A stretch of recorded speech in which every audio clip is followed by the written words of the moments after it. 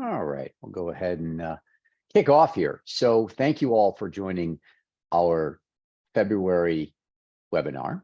We're focusing this month on our review of the 2022 ICS advisories. So for the past several years, Verve has been analyzing all of the ICS advisories that are released by CISA each year, or used to be released by ICS CERT, part of CISA. Now just it's under CISA's branding.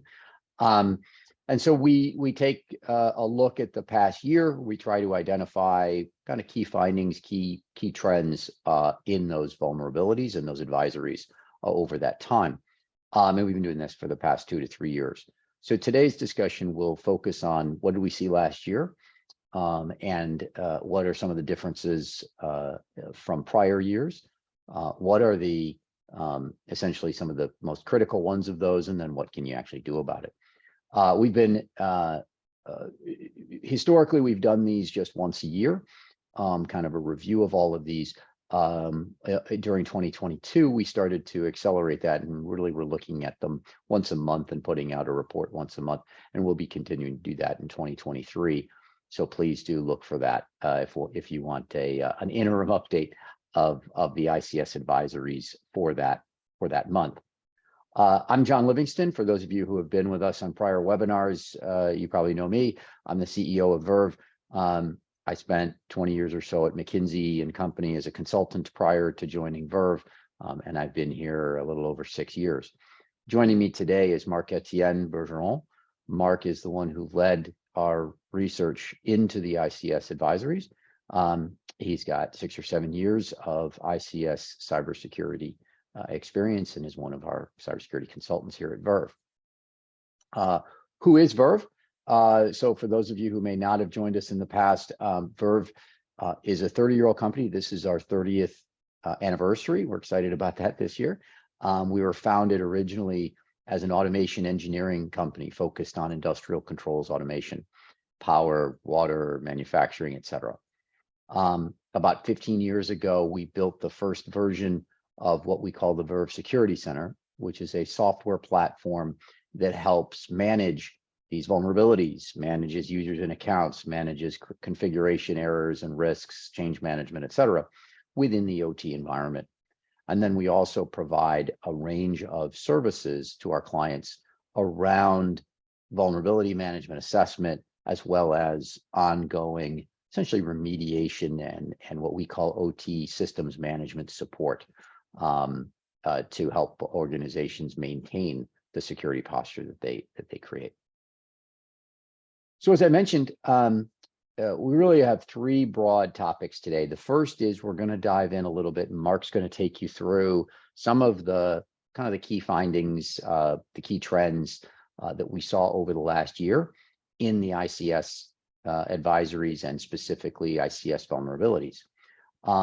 It was another year of growth. Percentage-wise, not nearly as high as it was in prior years. However, in terms of total numbers of advisories and total number of vulnerabilities, more than there were last year. So the weight of these continues to grow on the resources challenges that we all have.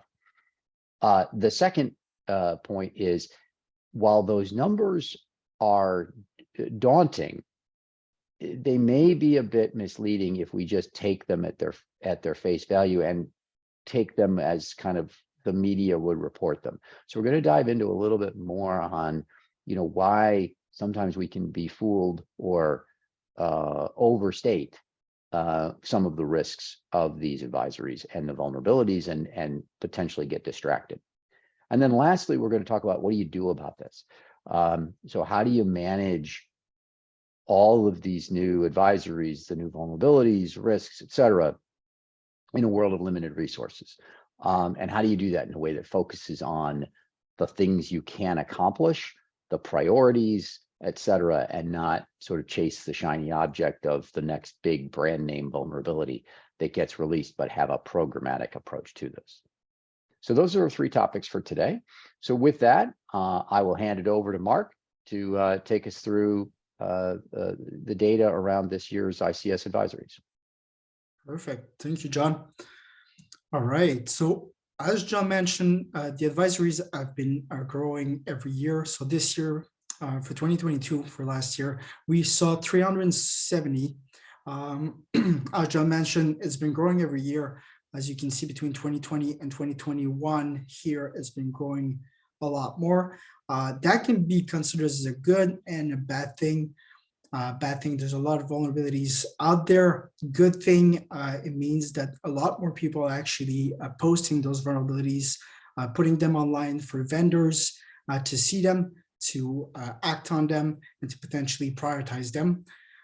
As you can see, the CVEs are associated to those advisories have been growing as well. A little bit less of a diminution in the growth in there when you look at that, and the average CVSS number is now at 7.95, which is considered as high if you look at the scales that CISA works with.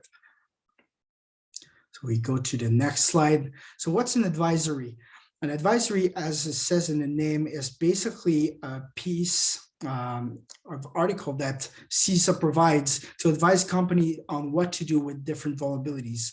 So as you can see on the left, when you get an advisory published, there's usually going to be a score associated to it. They're going to tell you which vendor OEM is affected, which products is affected as part of the advisory, and it's going to also tell you what are the different vulnerabilities or CVEs that are kind of associated with that advisory. What you'll also get in the advisory are different ways to potentially mitigate that those vulnerabilities. It goes from different technical things like patching, updating firmware, or even compensating controls like doing some network segregation, making sure that you have you isolate those systems from the network, from the rest of the network. On the right here, you can see one of those CVEs that is kind of associated with that advisory. In there, there's always the link, so you can always go see those different vulnerabilities. You can kind of deep dive into all of those different vulnerabilities that could potentially affect one of the systems that you have in your plant or in your sites. So what we observed with all those advisories, with all the 370 that we saw, is that some OEMs actually have a lot more than others. For the past few years, Siemens have been at the forefront with the most number of advisories. It can sound bad, but actually it's probably a really good thing. It means that Siemens has been really transparent, making sure that they post those different vulnerabilities that they have, make sure that they have a good program in order to provide their client with as much information as possible on how they can protect the Siemens asset that they get. A lot of people can publish those advisories on CISA's website. As you can see, there's a lot of work that's been done by researchers and on top of the companies to get those advisory out. So as you can see on the chart a little bit on the right, a lot of those advisories that have been published by independent researchers, which is a good thing, because in the end, in order to get an advisory, there needs to be either a company or a researcher that actually publishes on CISA's website. So a lot of the vendors that exist out there don't necessarily publish publicly the different vulnerabilities and advisories. They'll actually communicate directly with their clients, and that means it won't necessarily be available for general public. So what we saw as well is that, and it's not the first year that it's like that, it's been like that, it's been a tendency for the last couple of years since we've done that analysis, is that critical manufacturing have been the sector that has been the most targeted by those advisories. So if you're in critical manufacturing, there's probably a lot of those advisory vulnerability that could potentially impact you. So that's something that needs to be considered. Not every sector gets the same amount of advisory. It can always come back to like the researcher and what they find, but there's a high probability that critical manufacturing is a lot more targeted by threat actors than other sectors such as life sciences or GAMS or something like that. You can see as well that multiple sectors is quite high as well. Multiple sectors basically, when CISA published multiple sectors, means that a lot of those different sectors that you can kind of see at the bottom are affected, but they don't necessarily indicate which one as part of.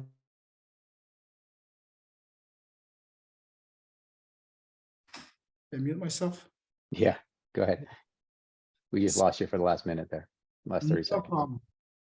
So what I was saying is that as part of those multiple sectors, as they're not necessarily specified which sectors are actually like in that group, that means there's probably a lot of critical manufacturing organization that could be impacted by those as well. Then when we look at the vulnerabilities, right, with all the different sectors that are targeted, the high number, we can see that some vulnerability types are a lot more popular, let's say, than others, right? You can see that, for example, out-of-bound write, out-of-bound read are really high on that scale. They've been up there for the last 2 years as well. And proper access control is up there as well. So that kind of gives an indication of the type of vulnerabilities that the organization could focus on in order to mitigate a good portion of their risk.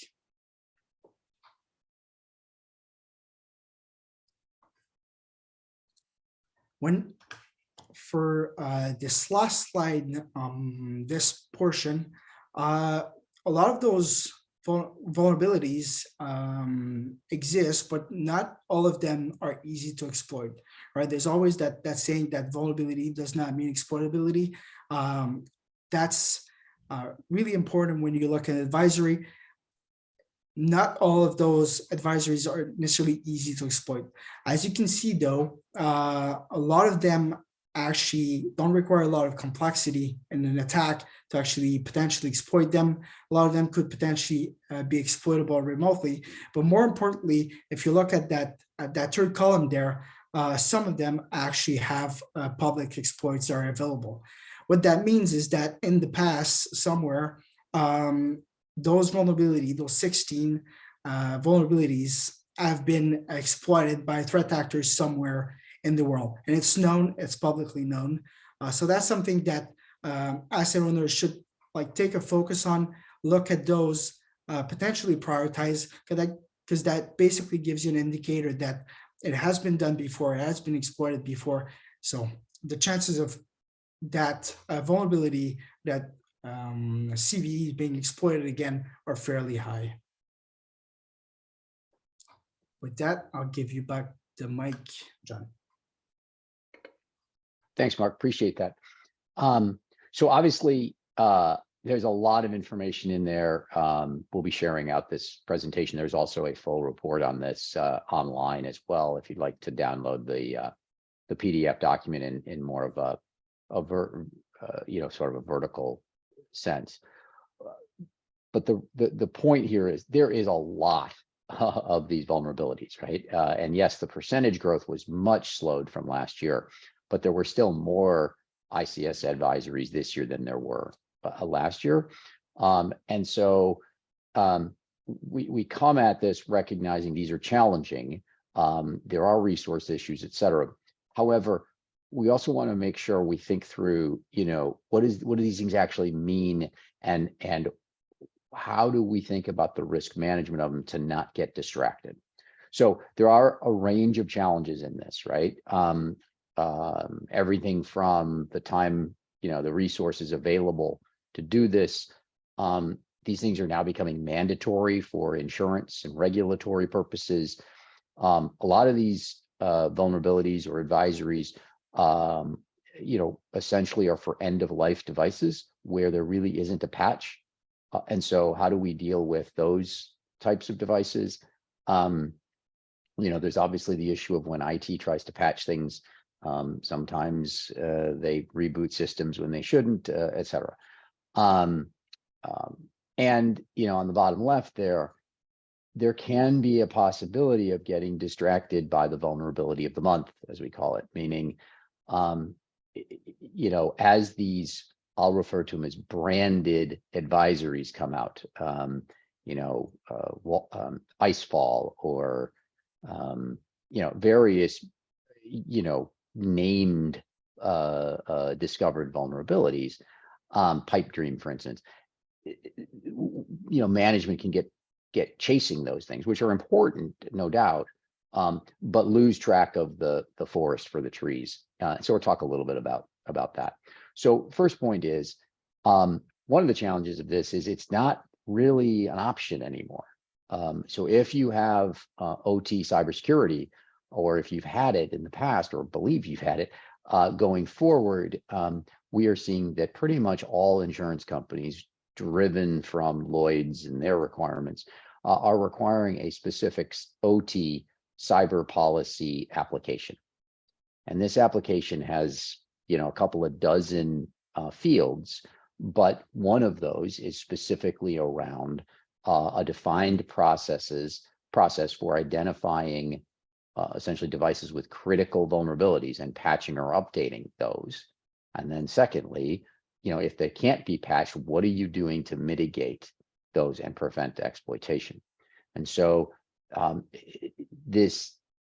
what seemed like just a security issue in the past has now become actually an insurance issue. We're seeing more and more of this driving action around these vulnerabilities. And obviously, there's a lot of these advisories within the ICS world. There's also a lot of, and we'll talk about this, IT device vulnerabilities. So the Windows HMIs and your servers, et cetera, that are sitting in OT, that aren't really managed by the IT teams. There's just a lot to do. And continually, year after year, the single biggest challenge that organizations have is resources, expertise, insufficient personnel, leadership, et cetera. But people are the number one challenge and continue to be that. So how do we drive efficiency? How do we find a way to prioritize to reduce the amount of people? Another challenge is that many of these advisories, so this is just one example of a very high criticality vulnerability from Rockwell, there really isn't a patch for this. The device has been discontinued. So it really can't be mitigated with a patch. And there's a variety of other things you can do. You can monitor it. You can put a controller mode, switch mode into the run mode, et cetera. But we typically find when we go into environments, and we do dozens of these every year, assessments, we'll find 50% of the devices are end of life. And so, there's really no patch for that device. So as we think about our remediating strategies, we have to consider a full gamut of things to look at, rather than just, okay, I'm just going to go patch it or update the firmware. One of the questions that was posed before our webinar today was, which are the most relevant or which are the most important of these advisories that Mark laid out earlier? And as we think about the challenges here, it starts with, well, what's important to you? What's important to this organization, right? So on one hand, you'd say, well, most relevant are those that have critical vulnerabilities, meaning that the score is higher. They are really, really bad, right? They're easily accessible, et cetera. Another dimension could be, well, they have known exploits, meaning, as Mark mentioned earlier, there has been discovered by CISA or the researchers that there is an actual exploit of this in the wild, meaning attackers are taking advantage of that vulnerability. Certainly prioritizing those are probably more important or more relevant than those if there's no exploit yet available. Next one, what's relevant is what you can do something about. Is there really anything other than generic, defense in depth policies and procedures that you can put in place to actually do something about that risk? Another way to think about relevance is how many devices are there in the market with this, right? Is this something that is prevalent across hundreds and thousands of devices, or is this, very niche? And then finally, the real question is, what's most critical to my operations or your operations? What are the devices and the vulnerabilities on the critical assets in your environment. And that's really, at the end of the day, what's most relevant. What's most relevant for, a auto manufacturer may be totally different than what's most relevant for a power generation system. By the way, the power generation may be different than power transmission. And so the key to this is understanding your own environment and which ones are most relevant for you. One thing we did, though, to try and dive into this is we looked at two dimensions to start with. On one dimension here, on the vertical dimension, we've got the score, the criticality score, as it were, what's referred to as the CVSS score. And we could sit here for hours and debate how accurate CVSS is and are there better approaches. There probably are, but it's one dimension on which to look at things. And we split them into those that are critical, meaning that have a 9 or 10 out of 10, and those that are lower than that. And then we looked at those that have a public exploit available versus those that do not currently. And that's based on CISA as well as the ICS advisories. And then you say, okay, so there are 4 from 2022 where the advisory and the CVE was critical, and there is a known exploit. And as you look through that list, while there's some very important ones, certainly, you get down to that bottom, that Siemens Scalance switch, right? There are 83 different CVEs on that. That device is very prevalent. There are a lot of those in the market. And so as we think about relevance, that's certainly one that we want to be aware of and thinking about. So again, we've tried to provide some perspective on what's most relevant based on criticality, et cetera. Again, this is really going to depend on what assets you have, which ones are your most criticals, et cetera. We then looked at some of the more, I'll call it famous, infamous, popular, branded, things that got a lot of press in 2022. One of those was ICEFALL, OT ICEFALL. So this was a group of, originally there were 56 vulnerabilities identified by Vadir Labs, mostly on essentially insecure by design OT devices. So these were devices that were just essentially designed without appropriate security measures. It had been built on an original project from 10 years ago or so called Project Basecamp, doing the same kind of thing. CISA evaluated these and issued 17 different ICS advisories around this vulnerability grouping. None of those vulnerabilities, however, actually have a known exploit for them. Now, does that mean they can't be exploited? No, absolutely not. And some of these are critical. That WinCC vulnerability is a critical vulnerability. However, and we'll talk about this, it can also distract, right? Because if you don't have a robust vulnerability management program, this, the press starts seeing these kinds of, releases, and now we're chasing, okay, where might ICEFALL exist? Where is my Phoenix Contact classic line controller out there, for example? But certainly something you should do, but it may not be the biggest risk in your environment or even one of the top 50 risks in your environment. And so we got to be careful that we don't end up chasing the vulnerability of the day. Another well-publicized advisory was the one around Pipedream. Pipedream was a toolkit that was discovered by different research teams, which frankly wasn't due to, the threat wasn't really due to vulnerabilities in devices. It was due to a series of toolkits that were taking advantage of functions that were known and were part of the proper operation of these devices. So the remediation wasn't that you were going to patch a vulnerability. It was that we needed to ensure that however we designed the system was designed to avoid these kinds of things and create defense in depth that could reduce the potential risks from them. Again, a very significant threat. Now, again, when you look at the total amount of risks in my environment, pipe dream may or may not have been a really important one for your organization relative to all the other things you could do. But it did get a lot of press, and we saw clients, getting calls from boards of directors, et cetera, saying, what are we doing about pipe dream?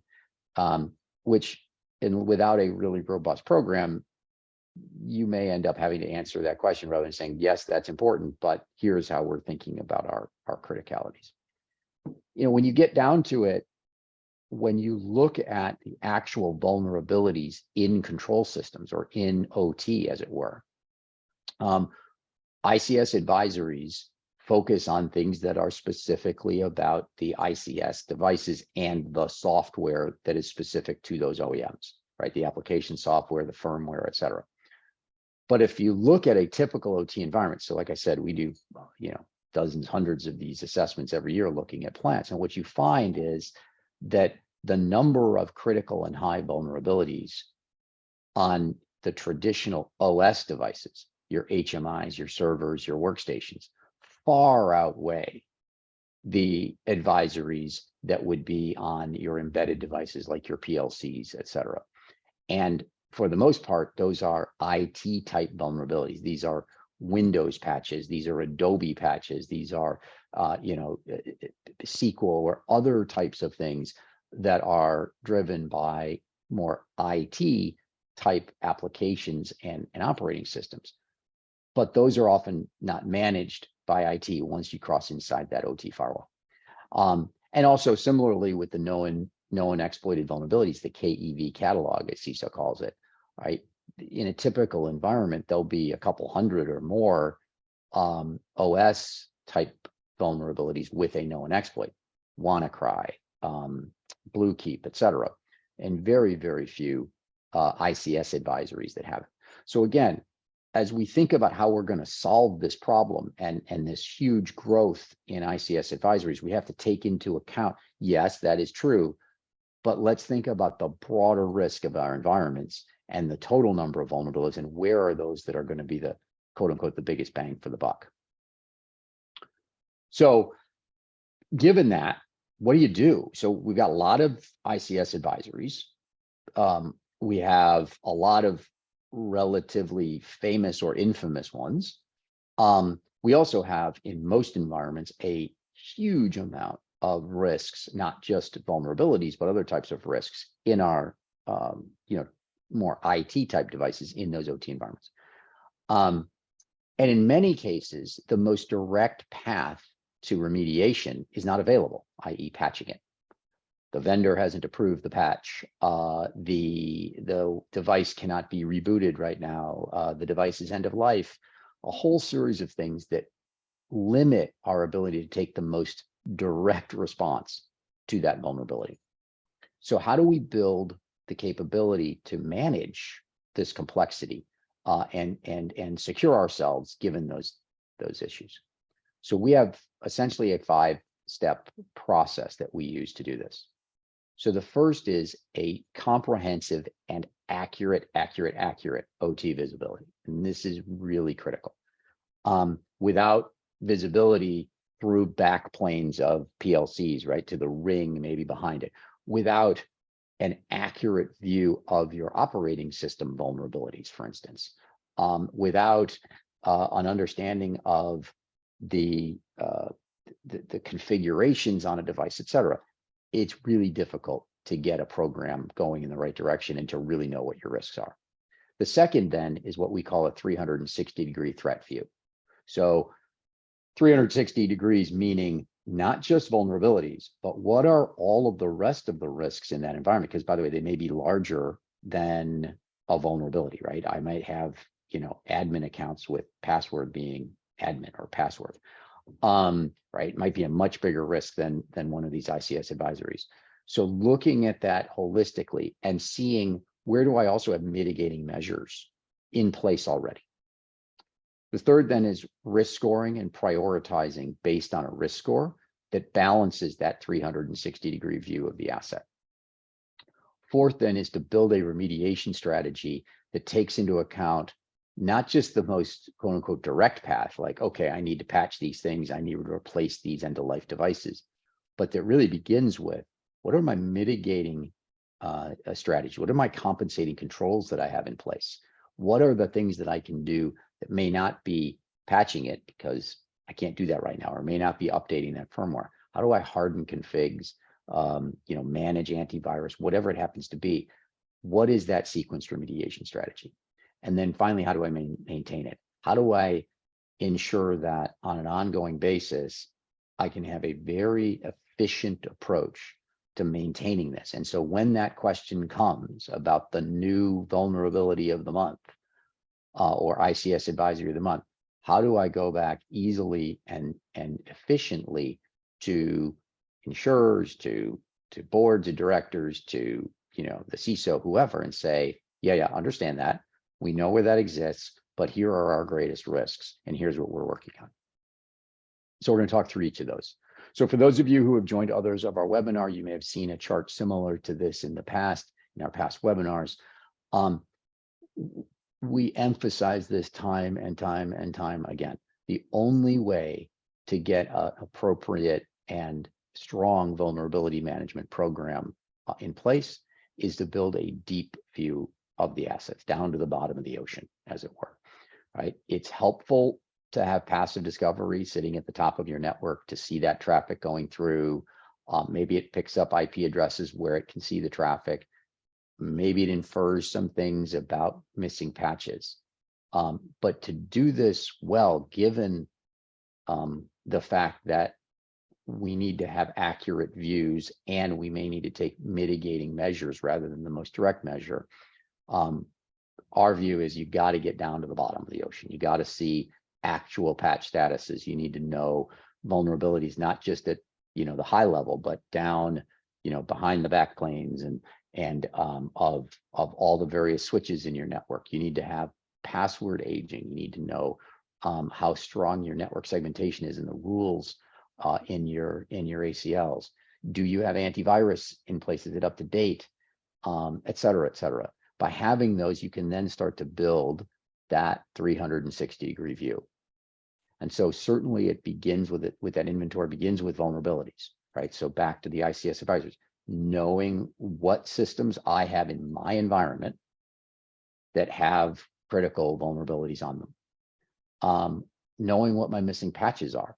So I know that a vulnerability exists, but is that because of this particular patch or that patch? What is it that's driving that vulnerability?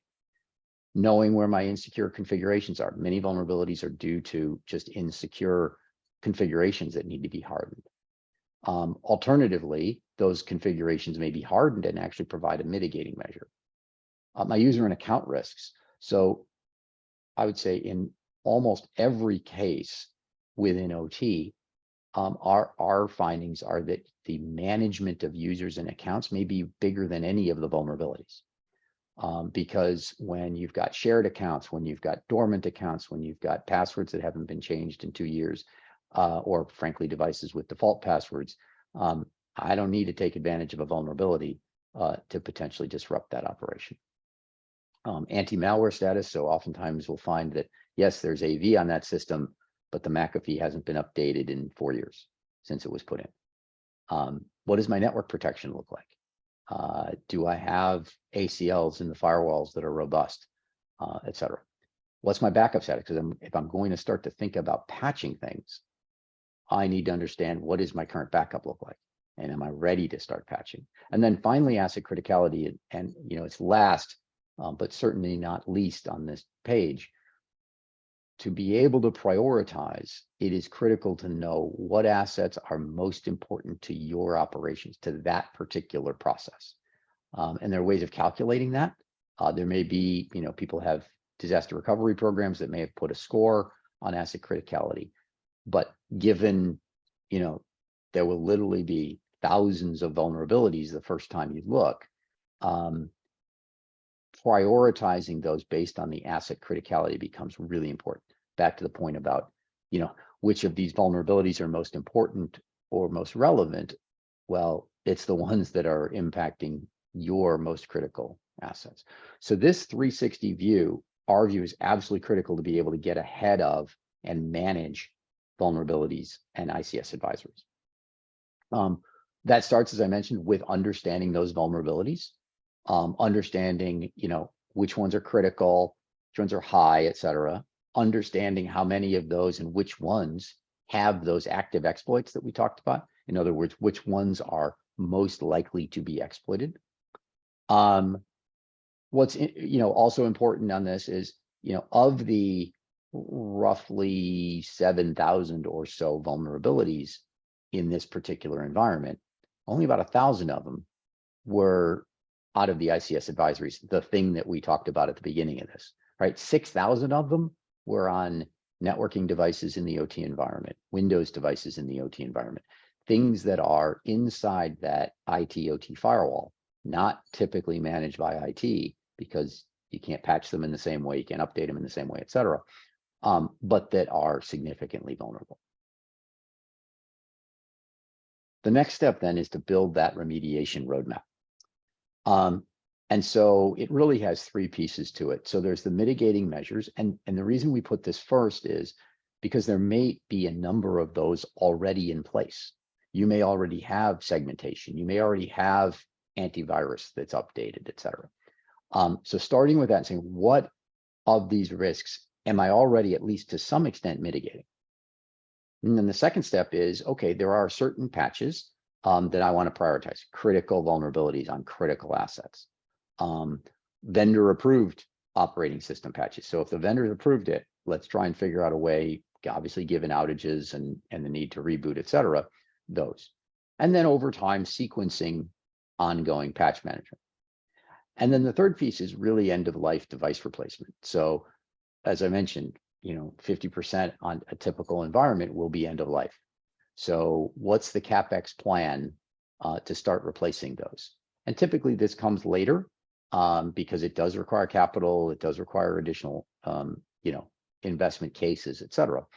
But it's going to be a key part of the ongoing remediation roadmap in almost every case. So to dive into beginning, okay, in that remediation roadmap, what can we do to patch? Well, one of the things that automation can do for you, and this is, kind of being spit out by the Verve platform, one of the things that automation can do for you, whether it's Verve or something else, is to help you prioritize which patches can have the most impact for you. So in this case, I'm going to focus us down on the bottom left is, essentially these are the various patches that are required in our system and how many CVEs would be addressed by deploying just that patch. And then what percentage of all of the vulnerabilities in my environment. Now, this is one look. You could do this based on the percentage of all critical vulnerabilities. You could do it based on the percentage of all critical vulnerabilities on critical assets. You can slice and dice this however you'd like. The point is that having that data in one place allows me to prioritize and say, if I just put out that first, Microsoft cumulative, I knock out 7% of all the vulnerabilities in my environment. So I can start to build a program that's very focused around the things that will make the biggest impact in the shortest time. And then similarly on the right-hand side, right, focusing on those patches that have been approved by the vendors. So one of the things that we often find drives inefficiency is each plant maybe has a relationship with their 2, 3, 4 vendors, and those vendors are supplying them a patch list, approved patch lists. And so, but nowhere does that get aggregated at an enterprise basis in many cases. And the ability to bring all that data in, those approved patch lists in and create a baseline across the enterprise allows me to much more quickly prioritize, okay, I got 5 assets that have approved patches from December, great. Let's go and knock those out when we have the right outage, et cetera. So again, bringing that data in, there are patches, it is feasible to patch, but being very focused on which ones can have the biggest bang for the buck.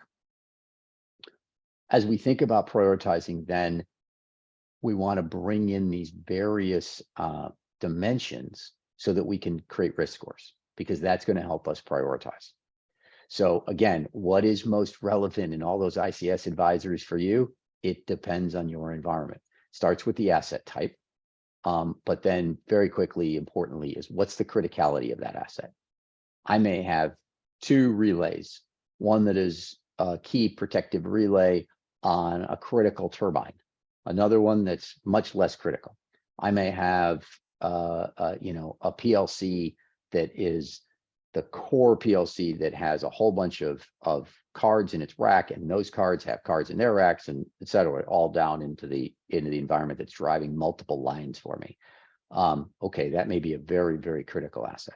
So defining which ones those are, a safety system, control over critical processes, things that give you access like switches into other parts.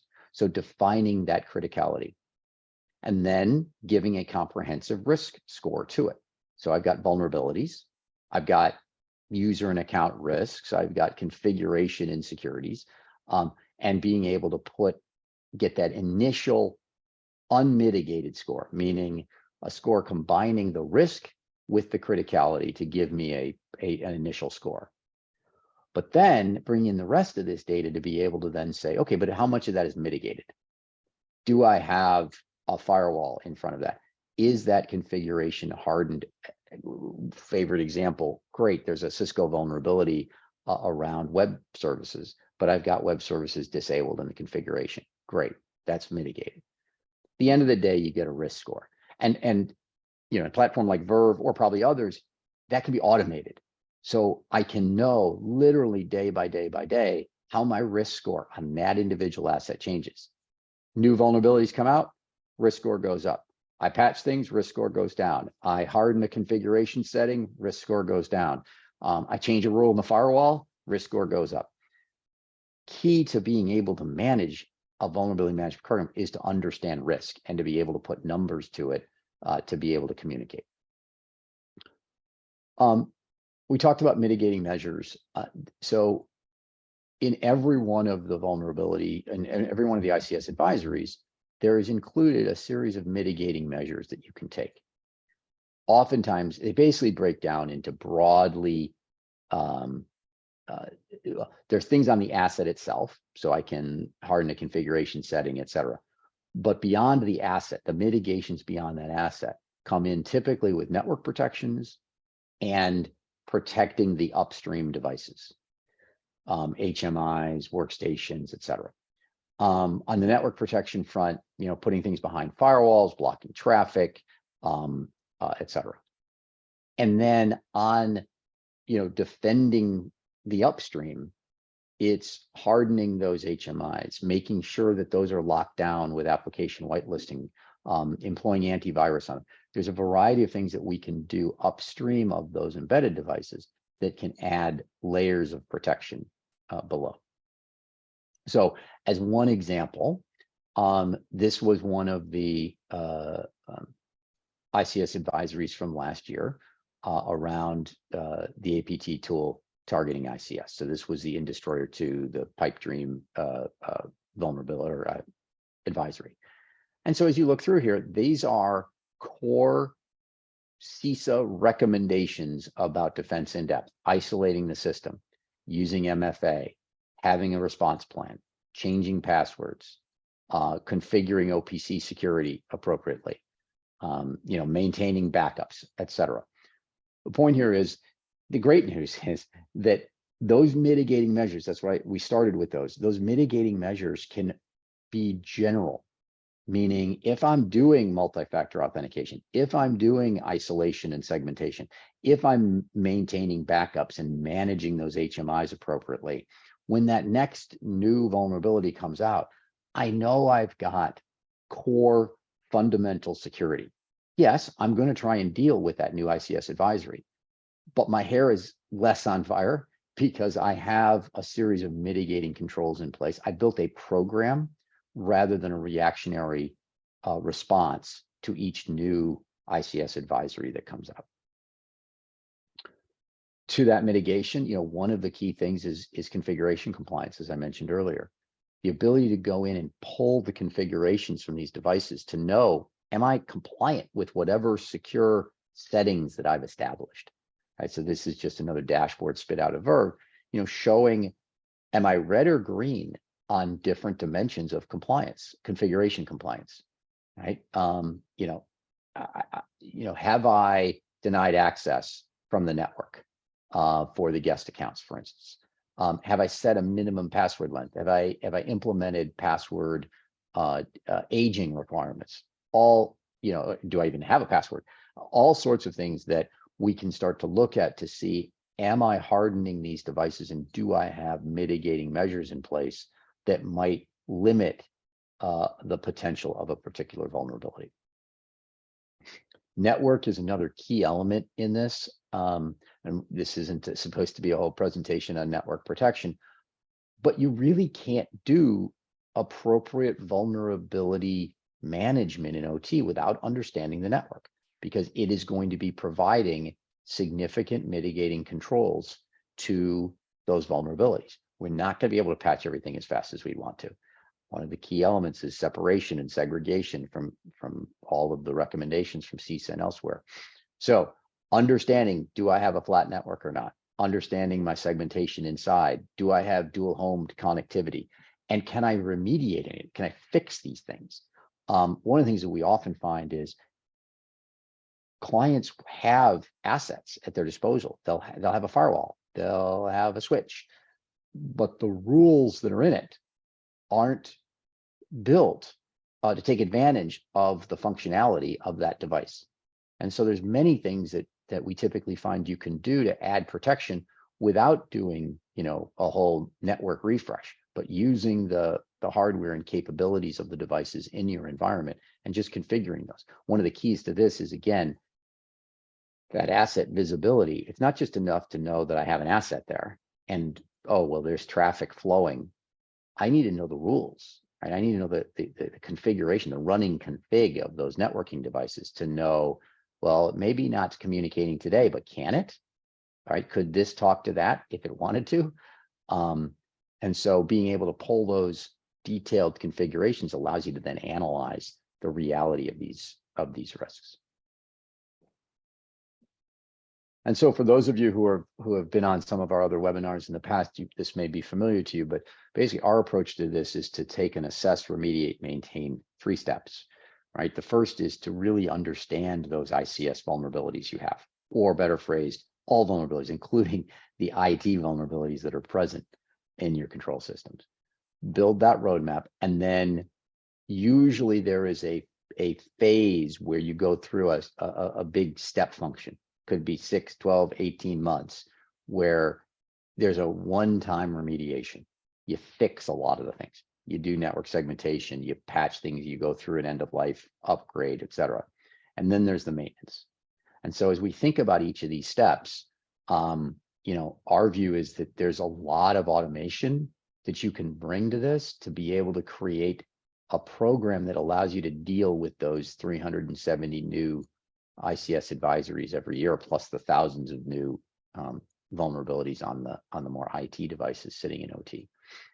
It starts with that foundational 360, right? The deep asset inventory, enabling all these other functions, but in one machine, right? Not separate silos, but in one database to be able to assess and build those 360 risk scores. And then perhaps most importantly, from an efficiency point of view, to get this out of the plant by plant approach from an analysis point of view, what we call think global, act local. So we are never going to have enough resources if every plant or manufacturing facility or mill or whatever is your environment has to have expertise in vulnerabilities, right? Each time that new, ICEFALL comes out, they're running around trying to look at their inventory. We have to gather that data once and on an ongoing basis, maintain it and pull that up centrally so that a small expert team can analyze those things and can prioritize them, can build playbooks, et cetera. But then when we go to take the actions, this is where the OT team and those closest to the process need to be involved. So we're not going to patch something without getting a deep understanding from those local meaning those who know that facility and that process, because we can cause a lot of damage in trying to protect things. So thinking globally, centralizing the analysis part, centralizing playbook creation, distributing then those down to the sites, those locally, but before that action runs, ensuring that essentially the folks who know that process best are engaged and essentially approve and execute that action. This is key in our view to being able to answer those questions that the CISO has, the insurance company has, et cetera, get remediation, but not disrupt operations in the process. And that comprehensive view really hits on essentially all sorts of things in your environment. So, managing accounts, managing software, detecting threats, et cetera.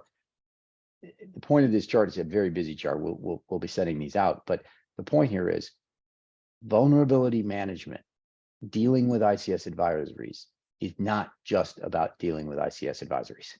It's dealing with the security program you have in place and how you're using different controls to manage the risk in the environment.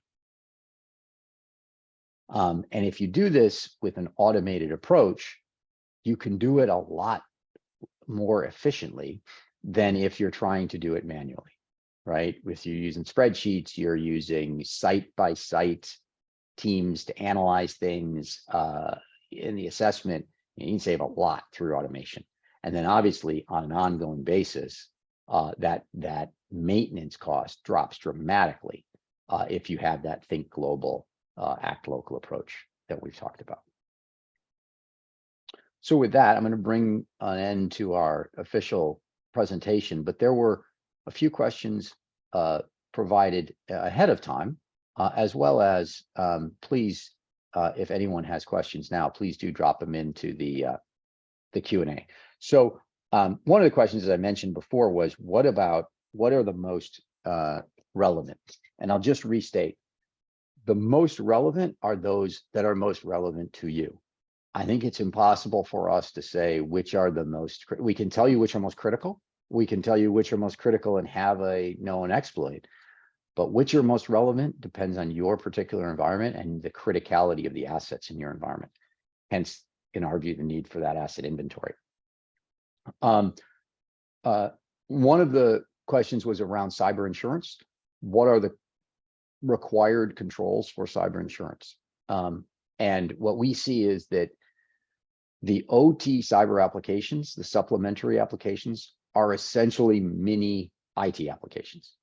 So the insurance companies don't quite understand OT per se. And so what they're doing is they're saying, are you doing all the stuff you're doing on IT security and OT? They just want you to do the same thing, right? And they're not really parsing out, is that possible? Is it not possible, et cetera.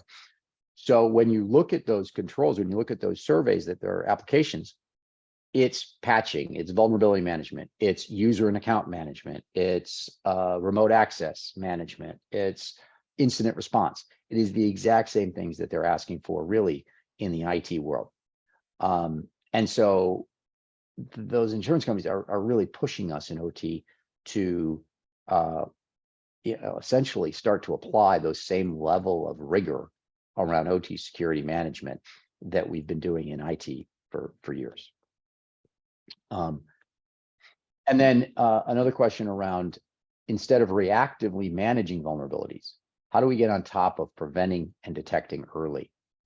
And so one point I would make is by having a vulnerability management program, you get on top early, meaning I have a system, a tool, an automated way of monitoring those vulnerabilities, knowing what's out there in my environment, knowing my asset inventory, and knowing vulnerabilities without scanning with a risky, kind of IT vulnerability scanning tool, but knowing them using OT safe methods.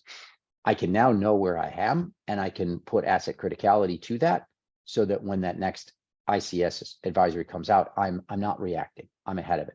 And then the second piece to this is what I mentioned at the end.